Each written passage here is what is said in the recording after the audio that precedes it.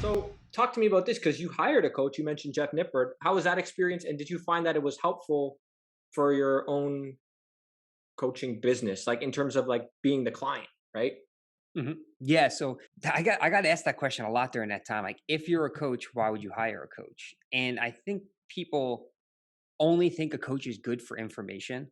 Like, I know how to do cardio, I know how to diet, I know how to get lean, but I also know that I'm my own worst critic, and I can look in the mirror, and what I see might not be something that a coach sees. I'm going to see the worst of myself every time, but a coach is going to see a different they're gonna see something different than what I see because I'm used to seeing the same person every day over and over in the mirror. The other thing is, well, a couple of things. I wanted to see what it was like working with a coach because if I'm gonna coach someone, I want to know what it's like on the other side of the equation. So I wanted to hire a coach and pay for a coach and see what that was like. And I also wanted to offload all of that stress and decision making to someone else because there is a lot of panic when it comes to dieting. Anyone who's tried to coach themselves or get lean on their own, it's very easy to get discouraged when we don't see that scale move. And one of the first things we want to do is slash calories, increase cardio, and it might not be the right time for that. So a coach can talk things through and give you a little bit more clarity on why maybe we shouldn't make changes just yet, or let's hold out a little bit longer. Whereas most people are just going to panic and be like, the scale didn't move. I'm going to drop my calories. I'm going to increase my cardio. So I didn't want to make those last minute decisions or those panic decisions. So I wanted to take all of that stress, put it on someone else, and just have them tell me what to do. And then my job is execute. That's all I needed to do.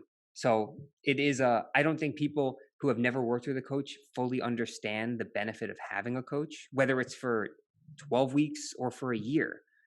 There's the support, the accountability, the communication, the knowledge, the education. There's so much to unpack with that, and I just see a ton of value in it. Well, that makes sense. And what made you choose Jeff Nippard? Like there's so many, right? Like what do you look for in a good coach, or specifically in your case, what was it? Oh, I think he was someone that I followed for a while. I liked the whole evidence-based approach. He was very scientific. He was very well spoken. I know some of the other people he's worked with before. I actually years and years and years ago, he was part of the Strength Guys, which was a coaching team, and they coached me. This was back this was probably in 2012-ish when I had like a back injury. They were doing some coaching for me. So I kind of gravitated towards them because I was familiar with them. And Jeff and I were friendly. And I just thought that we'd be a good fit for one another. But as far as like how to choose a coach, there are so many different things that go into it. And I think most people nowadays, unfortunately, choose the popular guy, right? So, or they choose the coach based on the coach's physique, and that's a trap. Like again, I'm self-aware. I'm the first to admit I don't look like a lot of these guys on Instagram, and I never will. I'll never be as strong as them, as lean as them, as aesthetic as them. And it doesn't mean my knowledge isn't right there with them, or even I don't want to say I'm smarter than all them, but at the same time, it's like so many people get wrapped up in this coach looks good, their clients look good, therefore I'm going to hire them, but they don't know the background of that coach, how they work with people. Have you talked to the coach's previous clients to hear about their experience? Were you actually working with that person, or does that influencer or Instagram person have coaches working under him that you're interacting with? So I always encourage people, like, do your homework, because on my coaching application, there's a spot that says, have you ever worked with a coach before?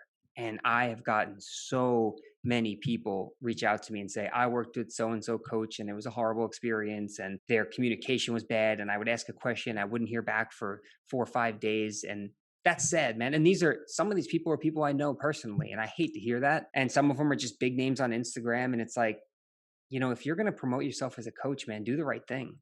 So I really try and get people to do their homework, ask questions, get on a call with the coach before you fork over the money. Like it never really made sense to me when people have just like a purchase now or buy now button on their website for coaching. If you've never had a chance to interact with that person, like how do you know as a coach that you can help them? You don't know what their journey looks like, where they've been, their dieting history, if there's any eating disorders or anything like that that you're not qualified to handle. I think it's important that there's some kind of call or communication before they go ahead and purchase 3, 6, a year of coaching.